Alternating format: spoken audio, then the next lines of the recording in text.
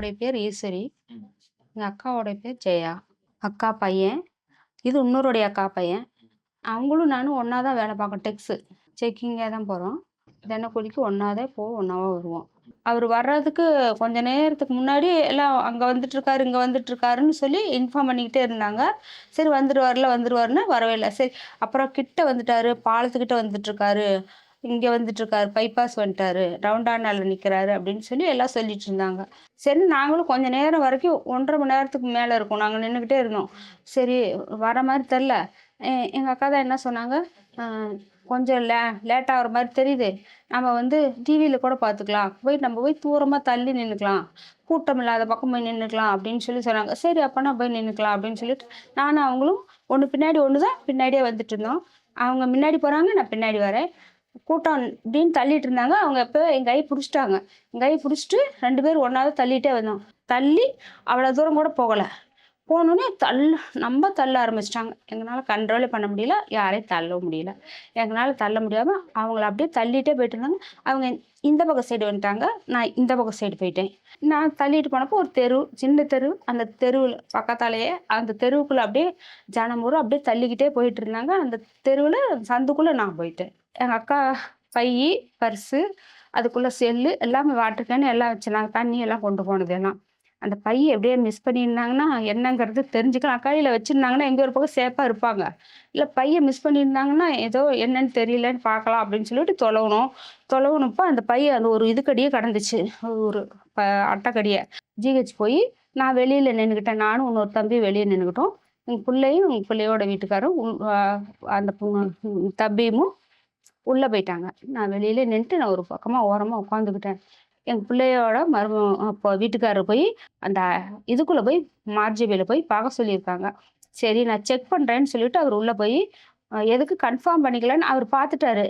ஃபோட்டோவ பார்த்துருக்காரு. இருந்தாலும் வேறையா இருந்துருச்சுன்னா என்ன பண்றது அப்படின்னு கன்ஃபார்ம் பண்ணிக்கலான்னு சொல்லிட்டு ஃபோட்டோ அனுப்புங்கன்னு சொல்லி ஃபோட்டோ அனுப்புனபடி உங்க பெரியம்மா தான் உள்ளார இருக்காங்க அப்படிங்கிறத கன்ஃபார்ம் பண்ணி எங்களுக்கு இந்த ஃபோட்டோ செல்லுல காமிச்சாங்க. நான் வீட்டுக்கு வந்துட்டு செல்லுல பார்த்த முடியுதா அவங்க இறந்துட்டாங்கங்கிறது எனக்கு தெரிய வந்தது. எங்க பிள்ளைகிட்ட திரும்பி எனக்கு அதே யோசனை தான் வந்துட்டே இருக்கு. அவங்க என் கையை பிடிக்க நம்ம விட்டுட்டோமே அப்படின்னு சொல்லி எனக்கு ரொம்ப வேதனையா இருக்கு. எனக்கு கண்ணை மூடுனா அதே ஞாபகம் தான். என் கையை விட்டுட்டாங்க அப்படிங்கிறத இது என்னுடைய மைண்ட்ல ஓடிக்கிட்டே இருக்கு. இன்னும் 8 நாள் தூக்கமே இல்லை. என்ன ஆறுதல் சொன்னாலும் என்னால ஏத்துக்கவே முடியல. நான் விழுந்துட்டேன். நான் விழுந்து என் மேல ஒரு 10 பேர் விழுந்துட்டேன். அப்புறம் என்னைய பார்த்தா முடியல. நான் முடியலன்னு சொன்னா இறக்கி விட்டு அப்புறம் என்னை தூக்கி விட்டாங்க. தூக்கி விட்டு அப்புறம் என்னை ஒரு சிமெண்ட் கட்டில கொண்டு உட்கார வச்சிட்டாங்க. அப்பயே கொஞ்சம் மயக்கம் தான். மயக்கம் வந்தோமா அப்பெல்லாம் அவரு வண்டி பின்னாடி தான் நிற்கிறார். அவர் வெளியே வரல. அந்த இடத்துல போலீஸ் இருந்தாங்களா பாயிண்ட்ல? பாயிண்ட்ல எனக்கு பின்னாடி போலீஸ் வந்தாங்க. போலீஸ் வந்தாங்க. நிறைய பேர் இல்ல, அவங்கலாம் வரவே இல்லன்னு சொல்றாங்க. எங்களுக்கு பின்னாடி போலீஸ் வந்தாங்க. போலீஸ் வந்தாங்க. அவங்க ஹெல்ப் பண்ணாங்க. பண்ணாங்க. போலீஸ்லாம் ஹெல்ப் பண்ணாங்க. என்ன ஒரு வருத்தம்னா, உங்க சைட்ல இருந்து ஒரு ஹெல்ப் இல்ல சார். அதாவது ஹெல்ப்னா வந்து கூட்டுக்கப்ப டக்குனு எமர்ஜென்சில போவோம். எமர்ஜென்சில போனா பண ஹெல்ப்னு இல்லைங்க சார். ஒரு ஆமா சார். மருத்துவ உதவி ஏதோ ஒண்ணு கொஞ்சம் பார்த்து யாரோ வந்து பார்த்துருந்தா கூட ஆறுதலா இருக்கும். அவங்க என்ன அது ஒரு வருத்தமா தான் சார் இருக்கு. என்னன்னா அவங்க கடைசி வரைக்கும் இப்ப வந்தாங்க, நேத்து வந்து பார்த்துட்டு தான் போனாங்க, இல்லைன்னு சொல்ல. இருந்தாலும் நான் அவங்ககிட்டயும் அதை தான் சொன்னேன். இப்போ வந்து இவன் நல்லா இருக்கான், பொழைச்சிட்டான் சார். இவன் சாவ கிடக்கும்போது அந்த 3 நாள் பைத்தியம் முடிச்சப்பல நான் தான் சார் ஐசியூல இருந்தேன். நான் ஒரு ஆள் தான் சார். ஏன்டா இங்க வந்து எல்லாமே எங்க வீட்டுல பிள்ளைங்க தான் சார். ஃபர்தரா அப்புறம் இவங்க அம்மாவுக்கு எதாவது பண்ணணும்ல சார். அவங்களே அப்படியே போட்டு போனா அவங்க பாடி வாங்கிக்கங்கன்னு சொல்லவும் அப்புறம் இவங்க பங்காளி வீட்டு சைட்ல இருந்து வர சொல்லி அவங்க 3 4 பேர் தான் வந்தாங்க சார். அவங்க வந்து பார்த்துட்டு அவங்க அதை பண்ணிட்டாங்க சார். இருந்தாலும் இவங்க அம்மா செத்ததே இவனுக்கு வந்து போன வாரம் சனிக்கிழமை தெரியும். அதாவது 8 நாள் கழிச்சு தான் தெரியும். 8 நாள் கழிச்சு பார்க்கல சார். நானே பார்க்கல சார். நானே வந்து எங்க பெரியமாவே பார்க்கல. நான் தான் கடைசி வரைக்கும் கூட இருந்தேன். மார்ச்சில் உள்ள விட மாட்டேன்ட்டாங்க. அப்போ தான் இவன் எமர்ஜென்சி ஆகிட்டான்ல சார். எமர்ஜென்சி ஆனதுனால அவங்க டாக்டர் என்ன சொன்னா, நான் கடைசியில் ஒரு 1/2 நாள் டைம் கொடுங்க சார். இவன் இவங்க அம்மாவை பார்த்துட்டு ஒரே பையன் இவங்க அம்மாவை பார்த்துட்டு கடைசியில் இவன் பொழைச்சி வந்து எங்கள் அம்மா எங்கன்னு கேட்டால் நாங்கள் என்ன பதில் சொல்லட்டும்னு நான் கேட்டேன். டாக்டர்கிட்ட கேட்கும் போது தான் டாக்டர் இதை சொன்னார். என்னன்னா எமர்ஜென்சிப்பா, இவன் எந்திரிச்சு நடக்கிற அளவுலாம் இப்போ இல்லை. நீங்கள் நான் எமர்ஜென்சின்னு சொல்லிருக்கேன், நீங்கள் புரிஞ்சிக்காம பேசுறீங்க தம்பி, நீங்கள் ஆதங்கத்தில் பேசுறீங்க அப்படின்னு சொல்லி நானே எங்கள் பெரியம்மாவை பார்க்கல சார். அவங்க 1 மணிக்கு தான் பாடி கொடுத்தாங்க மத்தியானம். நான் அப்பயே அவங்ககிட்ட கேட்டேன், சார் ஒன்று நீங்கள் பண ஹெல்ப்பு இதெல்லாம் ரெண்டாவது சார். ஒரு மருத்துவ ஹெல்ப் பண்ணியிருக்கலாம் சார்.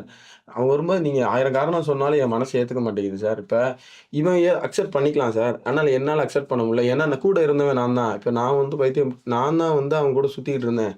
அவன் வந்து நிதானம் இல்லாமல் படுத்துட்டான். அவனுக்கு என்ன நடந்ததுன்னு தெரியாது. நான் அதுக்கப்புறம் நடந்ததெல்லாம் நான் தான் இருந்தேன். அவ்வளோ தூரம் உங்களுக்கு நம்பி இருந்தான்.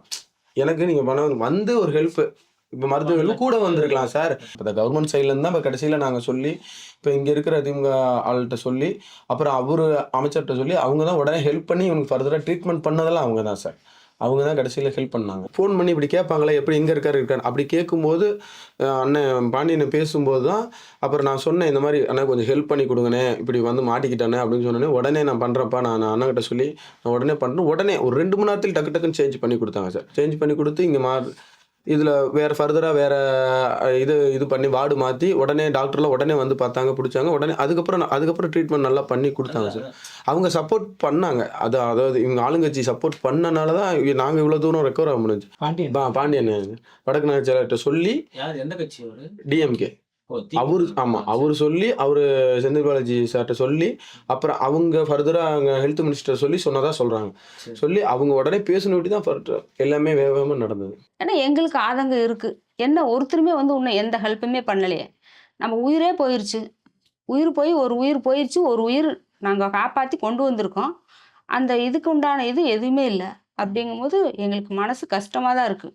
நம்மளை நம்பி வர்றாங்கன்னா அவங்க தான் பாதுகாப்பு கொடுக்கணும். நம்ம வீடு தேடி வர்றாங்கன்னா நம்ம தான் பாதுகாப்பு கொடுக்கணும். அதை வந்து அவங்க செய்யணும்.